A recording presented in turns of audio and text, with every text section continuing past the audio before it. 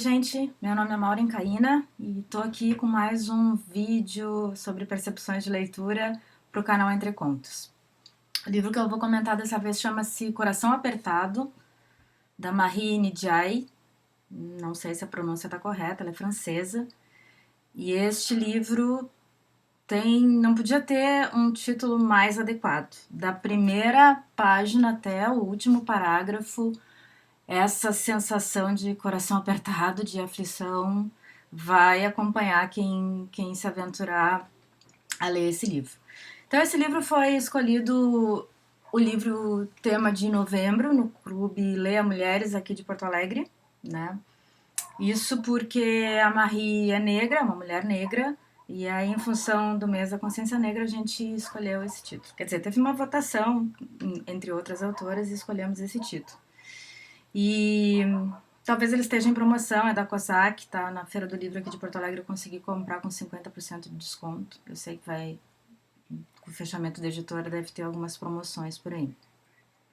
Então vamos ao livro. A história é basicamente a situação bizarra pela qual um casal de professores, numa cidadezinha da França, começa a enfrentar, aparentemente do nada, eles começam a ser hostilizados por todo mundo na cidade, a ponto de sofrerem agressões na rua, né? E a partir dessas agressões se instaura um clima de total... Não é terror o termo, não é um filme, não é um livro de terror, mas uma opressão, assim, durante toda a narrativa. Curiosamente, eu acho que esse foi o primeiro livro em muitos anos que eu li, da primeira à última página, sem fazer nenhum tipo de marcação no texto, de tanto que a leitura prende e a gente quer avançar, enfim. Então, esse casal de professores começa a ser hostilizado. A Nádia e o Wang chega a ser esfaqueado, aparentemente. As coisas são um pouco nebulosas, a gente nunca tem muita certeza do que de fato aconteceu. E eles decidem não procurar ajuda médica, ele tenta se tratar em casa, e há uma aparente situação de perseguição a eles, além dessa hostilidade. Tanto que eles não querem chamar sequer um médico, que era conhecido deles, né? E nesse contexto, um vizinho de ambos, que é um escritor famoso, mas que a Nádia nunca tinha ouvido falar, resolve se infiltrar na vida deles para prestar ajuda, para prestar socorro. E no meio dessa situação, a Nádia começa a recordar uma série de situações da vida dela. Na verdade, recordar não é o tema, ela vai remoendo essa inquietação toda que ela tem com a situação estranha que eles vivem, e nisso vem flashbacks do passado dela. Situações com o filho, com o namorado do filho, com o ex-marido, né? Ela tem um ex-marido, com a neta que nasceu e ela não conhece ainda, então tem situações em torno disso. É uma leitura que prende muito, prende pra caramba. O clima, assim, nos outros comentários que eu li sobre o livro, falavam de Kafka. E de fato, eu pensei, mesmo antes de ler essas percepções, quando eu estava me embrenhando a leitura, eu me lembrei do processo de Kafka, que é aquela situação um pouco bizarra, assim, que tu não tem muita certeza do que está acontecendo, mas no caso do Kafka, o sujeito é acusado por algo que ele não sabe o que é, e nessa história eles enfrentam uma hostilidade cuja origem eles aparentemente não sabem, né? Tudo aparentemente, a gente não tem muita certeza. Quando a gente começa a ler, dá uma certa impressão, até para se passar na França talvez, de que é algo baseado em discriminação por religião ou racismo, aquela, né, famosa xenofobia, sei lá. Dá a impressão que é algum tipo de rejeição deles nesse sentido. Depois a gente vai vendo que não, né? À medida que o livro avança, é interessante porque não se confirma essa expectativa, né? E à medida que a Nádia, nas suas angústias com a situação que enfrenta, tentativas de fuga, por assim dizer, ela vai se revelando também, né? Então, aquela tão boa professora, exemplar, que a gente inevitavelmente fica condoído com a dificuldade que está enfrentando, começa a se mostrar humana, né? Com outras características, outras facetas, né?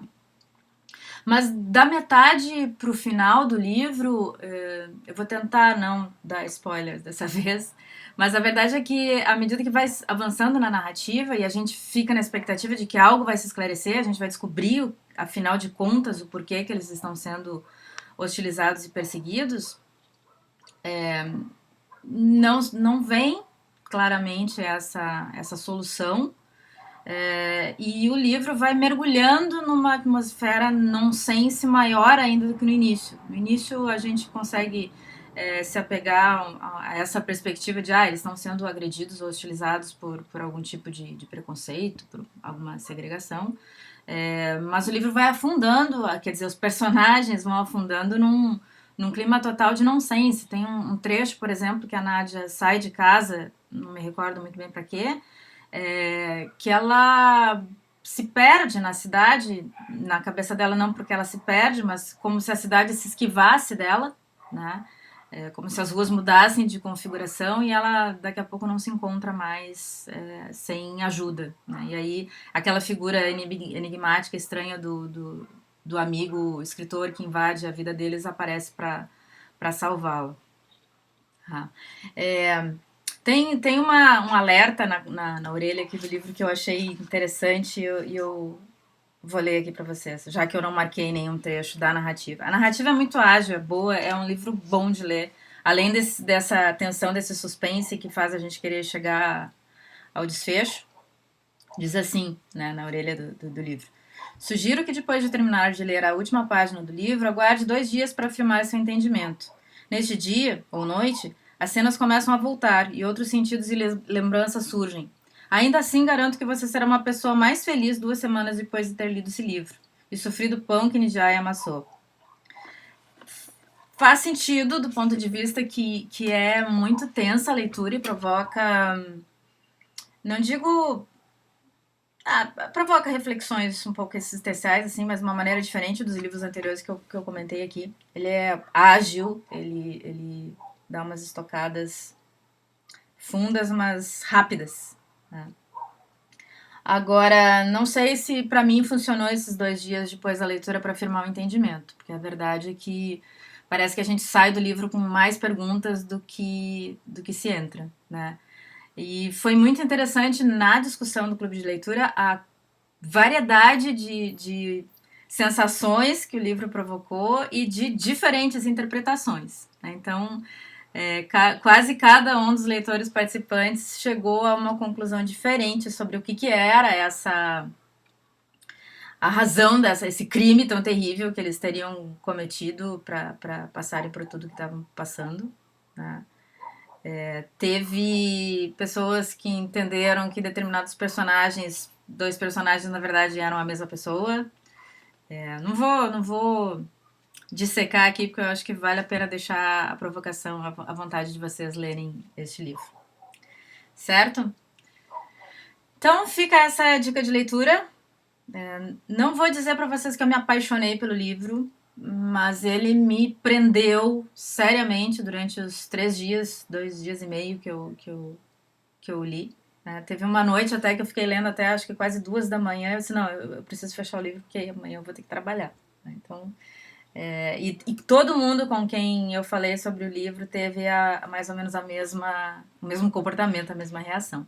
Então vale a pena pra caramba, né? Depois, se alguém se aventurar ou já tiver lido e quiser partilhar suas impressões aqui nos comentários, fico super curiosa para ter outras leituras, outras impressões dessa obra.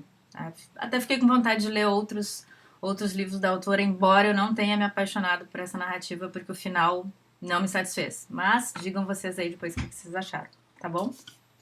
Opa, deu uma escurecida aqui, que acho que estava entrando em repouso. Então é isso, gente. Ficamos por aqui.